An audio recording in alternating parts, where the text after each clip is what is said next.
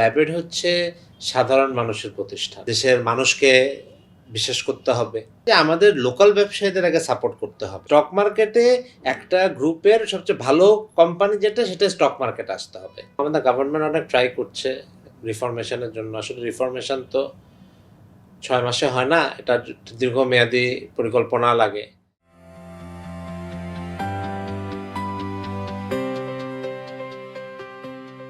ল্যাবের যাত্রা শুরু হয় অ্যাজ আ গ্রুপ হিসেবে ১৯৮৯ সাল থেকে। আর ১৯৮৪ সাল থেকে আমাদের আমার শ্রদ্ধেয় অ পিতা এবং উনি ফাউন্ডার, চেয়ারম্যান এবং managing director doctor M Shamim.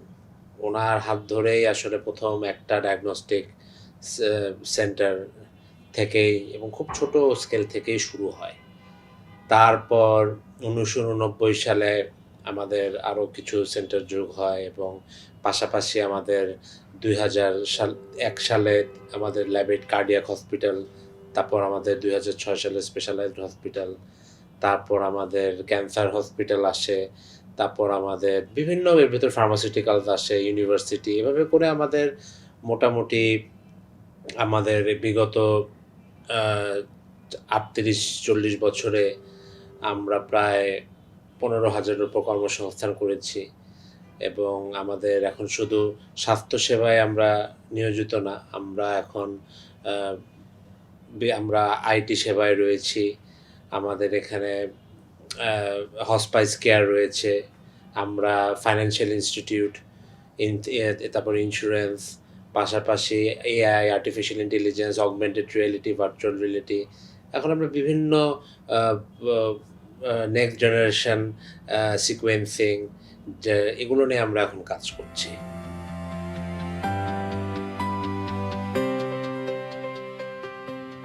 জি, আসলে স্বাস্থ্যসেবা তো আমি বলব এটা আমাদের আসলে মৌলিক চাহিদার ভিতরই এবং এটার প্রভাব আ বিগত আ কয়েক বছরে আমরা দেখছি। সে প্রভাবটা আসলে আমরা দেখছি যে আসলে মানুষের পারচেজিং পাওয়ারটা কমে গিয়েছে। তো এটার মূল রিজন হচ্ছে আমি বলব যে আমাদের ইন্সুরেন্স যে হেলথ ইন্সুরেন্স পলিসি এটা মানে লেস দ্যান আ 5% কাভারেজ আমাদের। কর্পোরেট এগুলো হিসাব করলে হয়তোবা 10% বা 10-15% কাভারেজ পায়। তো মেক্সিমাম যারা ম্যাস পিপল কারণ ল্যাবেড হচ্ছে সাধারণ মানুষের প্রতিষ্ঠান। এখানে আমাদের আ নিম্নবিত্ত থেকে শুরু করে উচ্চ মধ্যবিত্ত পর্যন্ত পেশেন্ট আমরা ক্যাটার করি।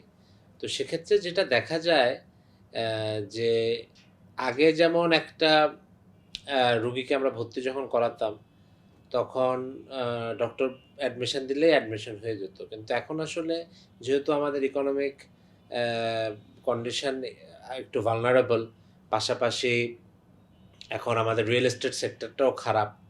স্টক মার্কেট খারাপ। আমাদের ভঙ্গুর অবস্থায় রয়েছে। যে অ তো এগুলো কারণে যেটা হয়েছে যে আসলে মানুষ ইনস্ট্যান্ট ক্যাশটা জোগাড় করতে পারছে না।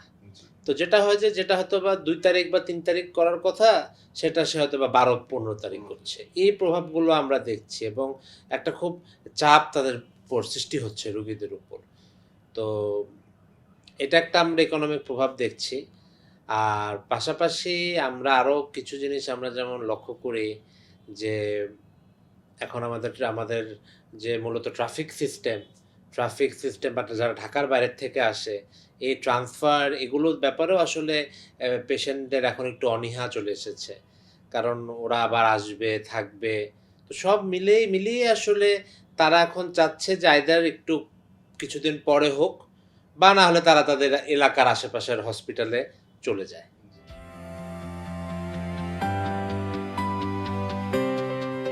কারেন্ট সিচুয়েশন এ সত্যি কথা বলব যে এটা খুবই একটা টার্বুলেন্ট সিচুয়েশন এবং আমাদের গভর্নমেন্ট অনেক ট্রাই করছে রিফরমেশন এর জন্য। আসলে রিফরমেশন তো ৬ মাসে হয় না। এটা দীর্ঘমেয়াদী পরিকল্পনা লাগে। এখন শর্ট টার্ম কিছু প্রকল্প আমি মনে করি খুব জরুরি বেসিসে নেওয়া দরকার। প্রথমত ইজ অফ ডুইং বিজনেস এর জন্য ওয়ান স্টপ পোর্টাল এবং একটা ব্যবসায়ী যাতে ৫ থেকে ৭ দিনের ভিতর যাতে তার ব্যবসার সব ডকুমেন্ট গুছাতে পারে, এটা খুব জরুরি ব্যাপার। রিপ্যাট্রিয়েশন অ্যাক্ট ঠিক করলো যে প্রফিট তারা নিতে পারবে, বাট ব্যাপারটা হচ্ছে যে যারা ইনভেস্ট করছে তাদের এখানে ইনভেস্টমেন্টের, যেহেতু ব্যাংকে সুদ বেড়ে যাচ্ছে, ডে টু ডে এক্সপেন্ডিচার বেড়ে যাচ্ছে, তো তাদের প্রফিটও কমে যাচ্ছে। এবং শেয়ার বাজারও যেহেতু এটার সাথে লিঙ্ক, শেয়ার প্রাইসও ফল করে, তো যে কারণে আসলে যেটা হয় যে অনেক মিসম্যাচ হচ্ছে।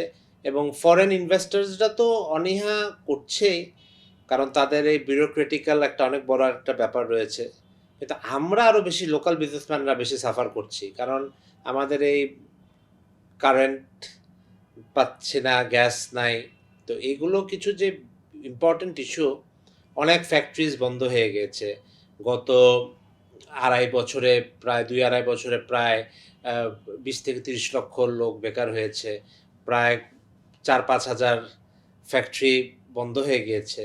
তো এগুলোকে আসলে চালু করতে হবে। রিফাইন্যান্সিং তো দিচ্ছে, কিন্তু মানে আপনার রিশিডিউল করতেছে, কিন্তু রিফাইন্যান্সিং স্কিমটাও দিতে হবে। যারা জেনুইনলি ইফেক্টেড হয়েছে ওদেরকে আসলে সাপোর্ট করতে হবে।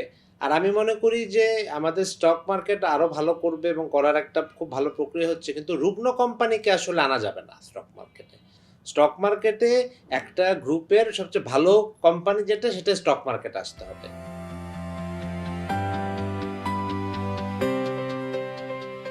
আসলে আমাদের প্রাইভেটাইজেশন বা ক্যাপিটাল, আমাদের যেই ইকোনমি, তো সেক্ষেত্রে আমি মনে করি যে কর্মসংস্থানের কোনো বিকল্প নাই। তো এই সরকারের কর্মসংস্থান যেহেতু করার জন্য খুবই বেশি আগ্রহী এবং অনেক কিছু করছে, তো আমি মনে করি যেই ভ্যাকুয়ামটা তৈরি হয়েছে, প্রথমত হচ্ছে যে ফ্যাক্টরিজগুলো বন্ধ হয়েছে, যারা আসলে ব্যবসা করতে পারতেছে না তাদেরকে আমাদের আসলে সাপোর্ট করা দরকার।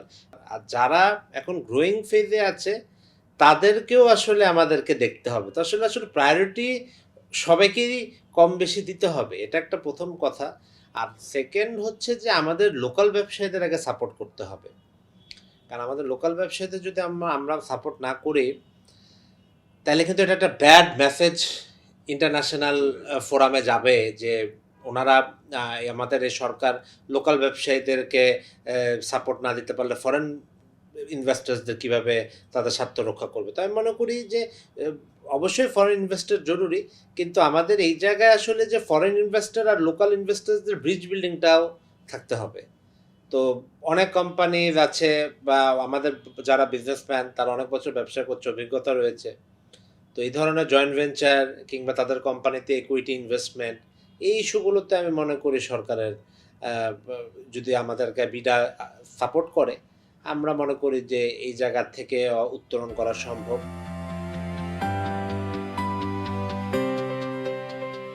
আমি তো মনে করি প্রথমত বা বিডা যেমন একটা করেছে যে ফরেন ইনভেস্টার্সদের জন্য, তো আমি মনে করি যে যে প্রথমত যে কোনো মন্ত্রণালয়ে আন্ডারে, যেমন হেলথ মিনিস্ট্রির আমাদের প্রায় একটা হসপিটাল করতে 35 থেকে 40টা লাইসেন্স লাগে। তো বিভিন্ন জায়গায় আমাদের দৌড়াতে হচ্ছে এবং রিলেভেন্ট মিনিস্ট্রিতে যেতে হচ্ছে। কিন্তু আমি মনে করি যে হেলথ মিনিস্ট্রিতে যদি একটা সেল থাকে যে হসপিটালের জন্য এই সাপোর্টগুলো সব ওরা একসাথে পাবে, তারা টোটাল লিয়াজোটা মেনটেন করবে। এখন ব্যাপারটা হয়ে গিয়েছে যে আমাদের মানে পায়ের জুতো খুলে যাচ্ছে, চামড়া এবং সোল ছিঁড়ে যায়, তারপরেও ধরেন লাইসেন্সটা আনা এত কঠিন হয়ে যাচ্ছে এবং কমপ্লায়েন্সও মেনটেন করতে হয়। আবার আরেকটা একটা বড় অংশ আমাদের আপনার যেটাকে আমরা মিসেলেনিয়াস এক্সপেন্স বলি, মিসেলেনিয়াস এক্সপেন্সে আমাদের খরচগুলো চলে যাচ্ছে।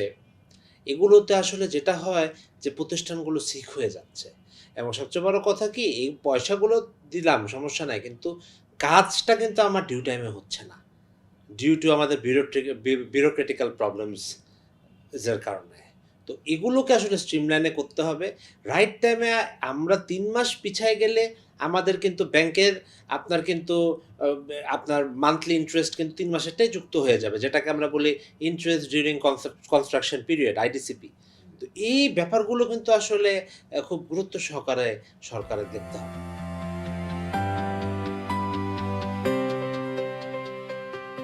জি জি, বাংলাদেশে তো আসলে অনেক সুযোগ রয়েছে। ২০ কোটি মানুষের দেশ এবং আমাদের তরুণ জনসংখ্যা অনেক বেশি। কিন্তু আসলে ব্যাপারটা কি আমাদের ইনফ্রাস্ট্রাকচারটা নাই। যেমন একটা এআই টেকনোলজির জন্য আসলে কিন্তু শুধু অ্যাপ্লিকেশনস আর লার্জ ল্যাঙ্গুয়েজ মডেল করলে হবে না। যে দুটো আমরা করি। এখানে কিন্তু ইনফ্রাস্ট্রাকচার যেটা হচ্ছে ইলেকট্রিসিটি, তারপর হচ্ছে আপনার কম্পিউটিং পাওয়ার যেটার জন্য দরকার ডেটা সেন্টারস, এআই ডেটা সেন্টারস। সো বাংলাদেশে এখনো কোনো এআই ডেটা সেন্টার নাই এবং ছোটখাটোভাবে কিছু শুরু করেছি, আমরাও যেমন করেছি। তো ওটা আমাদের প্রতিষ্ঠানগুলোর জন্য ডক্টরস, তারপর নির্ভুল রিপোর্টিং এগুলোর জন্য। তো এইগুলোর জন্য আসলে কি যে আমাদের একটা ন্যাশনাল এআই ডেটা সেন্টার করা খুব জরুরি। করলে তখন যেটা হবে যে তখন অনেক এন্টারপ্রেনার্সরা, কারণ আপনার ২ টা এআই এর জন্য ২ টা জিনিস খুবই জরুরি। কম্পিউটিং পাওয়ার আর হচ্ছে ডেটা। সো আমাদের দেশে ডেটা অনেক আছে কিন্তু we don't have any computing power. তো কম্পিউটিং পাওয়ার আমরা হয়তোবা আমরা জিপিইউ ভাড়া নিচ্ছি বা কিংবা আমরা কিনতেছি, মানে which is very expensive. Model বা আমাদের লার্জ ল্যাঙ্গুয়েজ মডেল কিংবা অ্যাপ্লিকেশনগুলো ফিজিবল হচ্ছে না। তো এগুলোর জন্য আসলে ন্যাশনাল লেভেলের কম্পিউটিং পাওয়ার বা আমাদের এন্টারপ্রেনার্সদেরকে যদি এরকম সুবিধা দেওয়া হয়, তাহলে এরকম এআই ডেটা সেন্টার যখন বাংলাদেশে ৪-৫টা হয়ে যাবে, তখন দেখবেন যে অনেক মডেলস, অনেক অ্যাপ্লিকেশনস আরও বেশি আপনার মানুষও ইউজ করবে এবং এটা মানুষের ক্রয় ক্ষমতার ভিতরে থাকবে। হ্যাঁ।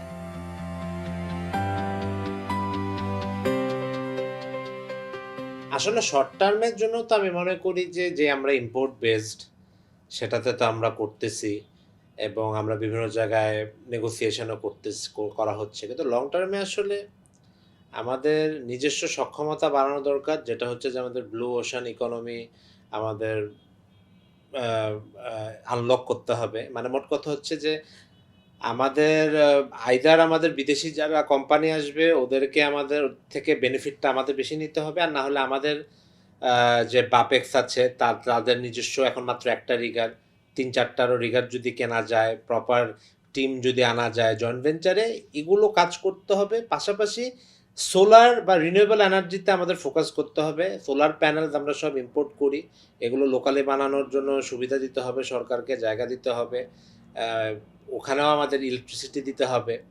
তো এগুলো যখন তৈরি হবে, রিনিউয়েবল এনার্জি যখন আরো ইজি হবে, তখন আমরা ইন্ডাস্ট্রিকে আরো পুশ করতে পারবেন। আপনারা গার্মেন্টসের এখন আমি মনে করি যে এখন ইটস হাই টাইম যে গার্মেন্টসের 30-40% এনার্জি বা 50% আমি বলব যে তাদের সোলার থেকে করতে হবে। কারণ এইভাবে অনিশ্চয়তার ভিতর থাকলে ব্যবসা-বাণিজ্য সব নষ্ট হয়ে যাবে। তো লং টার্মে এই প্ল্যানিংগুলো আমাদের মাস্ট করতেই হবে। আর শর্ট টার্মে এখন আমাদের তো রিলিফ হওয়ার জন্য আমাদের সরকার এলএনজি আনছে। তারপর এইচএফও বিভিন্ন যে ইস্যুগুলো এটা করতেছে। আর প্রাইভেটাইজেশনের ব্যাপার যেটা, যে এই মুহূর্তে এনার্জিকে আসলে প্রাইভেটাইজেশন মানে ইম্পোর্টটাকে প্রাইভেটাইজেশন করার ক্ষেত্রে আরও স্ট্রং নীতিমালা প্রয়োজন। তারপর আমি মনে করি যে এটা প্রাইভেটাইজেশন করলে বেটার হয়। কারণ হুট করে আমরা প্রাইভেটাইজেশন করে দিলাম, তখন দেখা যাবে যে জ্বালানির প্রাইজের নিয়ন্ত্রণটা আমাদের হাতে আর থাকবে না সরকারের হাতে।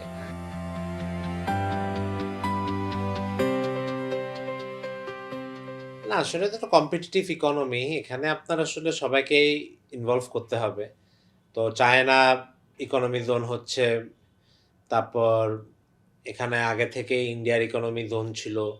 বিভিন্ন কান্ট্রির কমনওয়েলথ জাপানের আছে। আমি মনে করি আমাদের কমনওয়েলথ ইন্ডিপেন্ডেন্ট স্টেট যেমন আমাদের রাশিয়া, ইউক্রেন, আজারবাইজান এই সমস্ত কান্ট্রি তো আমাদের এক্সপ্লোর করতে হবে।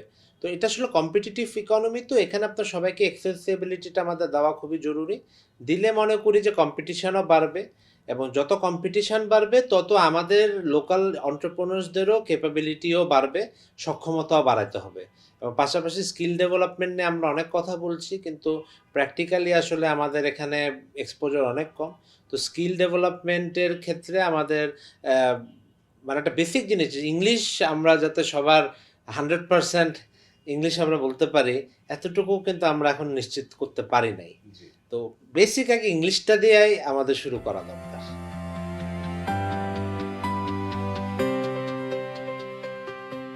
আসলে আমাদের এফবিসিসিআই তো আসলে অ্যাপেক্স বডি।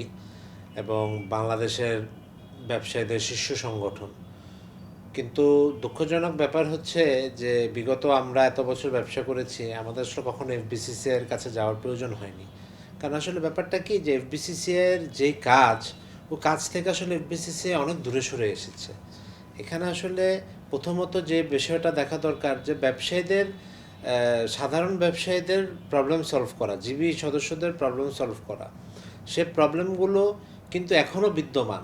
এটা গত 30-40 বছর ধরে বিদ্যমান, এখনও বিদ্যমান রয়েছে। আপনার প্রথমত ধরেন চাঁদার পরিমাণ অনেক বেশি করা হয়েছে হঠাৎ করে। তারপর হচ্ছে যে বিসিসিআই আমরা যে ধরনের মানুষজনকে আমরা চাই যে তারা আমাদের এখানে আসবে, সময় দিবে, তো তারা ধরেন আসলে সময় দিচ্ছে না। তারপর আরেকটা যেটা ব্যাপার হচ্ছে যে জেলা চেম্বারের কিন্তু আসলে অনেক সক্ষমতা করা সম্ভব, এবং ট্যাক্স কালেকশানেও আমি মনে করি যে জেলা চেম্বারকে যদি আমরা সক্ষমতা করি, এনবিআরকে তারা সাহায্য করতে পারবে। কিন্তু আমাদের জেলা চেম্বারগুলোর অবস্থা এখন খুবই খারাপ। কয়েকটা চেম্বার বাদে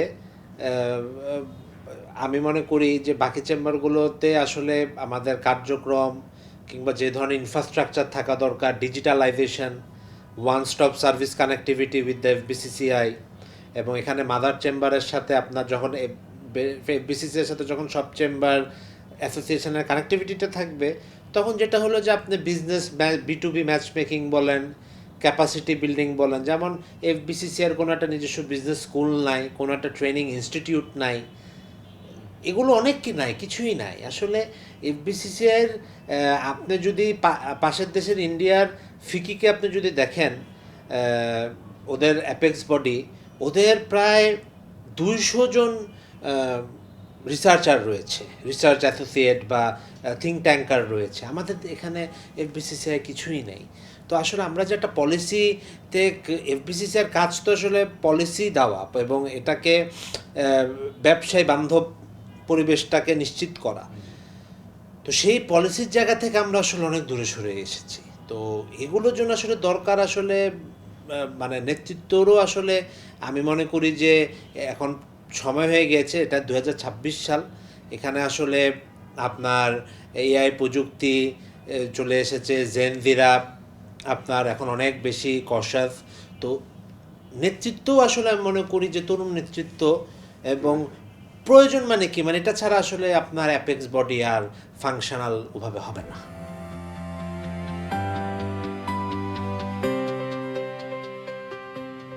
আমি তো আসলে আগামী 10 বছরে আমি দেখতে চাই যে আমাদের বাংলাদেশের মানুষরা চিকিৎসা নিতে বাইরে যাবে না। এটা হচ্ছে আমার সেক্টর থেকে আমার ইচ্ছা, এবং সেই সাথে আমার ইচ্ছা যে আমাদের দেশকে আমরা যেভাবে চেয়েছিলাম যে একটা উন্নত দেশের মতো, যেখানে আপনার শুধু বিল্ডিংস না, পাশাপাশি মানুষের একটা আর্থিক সক্ষমতা এবং ইনইকুয়ালিটিটা কমে যাবে কিছুটা। তো এগুলোর জন্য আসলে এখানে আমি দেখতে চেয়েছি, কিন্তু সেজন্য আসলে আমাদের অনেক কাজ করতে হবে। এটা শুধু পলিসি ইনভলভমেন্ট না, পলিসির পাশাপাশি আমাদের মাইন্ডসেটেরও একটা ব্যাপার রয়েছে।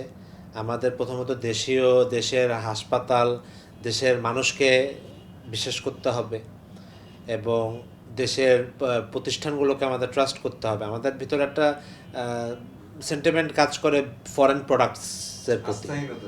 হ্যাঁ, অথচ আপনি অন্যান্য দেশে দেখবেন যে তাদের নিজের দেশের প্রতি, প্রোডাক্টের প্রতি তাদের ফার্স্ট প্রায়োরিটি থাকে। তো আমাদের নেশনস ফেভারিট প্রোডাক্ট এইগুলো যে WTOর, এগুলো ব্যাপারগুলো আমাদের আসলে আইডেন্টিফাই করতে হবে। আমাদের নিজেদের যেই দেশাত্মবোধক যে ব্যাপারটা, সেটা আসলে আনা খুব জরুরি। তাইলে অনেকটুকু মাইন্ডসেট পরিবর্তন হবে। পাশাপাশি আমাদের করাপশান, আমাদের ব্রাইবারি এবং এই জিনিসগুলোকেও আমি মনে করি খুব শক্ত হাতে দমন করতে হবে। এবং আমাদের আসলে হেলথ কেয়ারের ক্ষেত্রে বলবো যে আমাদের হেলথ কেয়ার, আমাদের সক্ষমতা রয়েছে সাপোর্ট দেওয়ার, যেটা আমরা কোভিডে দেখিয়েছি, কিন্তু আসলে নেশন ওয়াইড সাপোর্টের জন্য নেশন ওয়াইড ইনফ্রাস্ট্রাকচারও দরকার, পাশাপাশি ভালো ক্লিনিশিয়ানও দরকার, এবং এটার একটা সমতা ভলিউমও দরকার, ভলিউম উইথ কোয়ালিটি। ধন্যবাদ আপনাকে। না, ধন্যবাদ।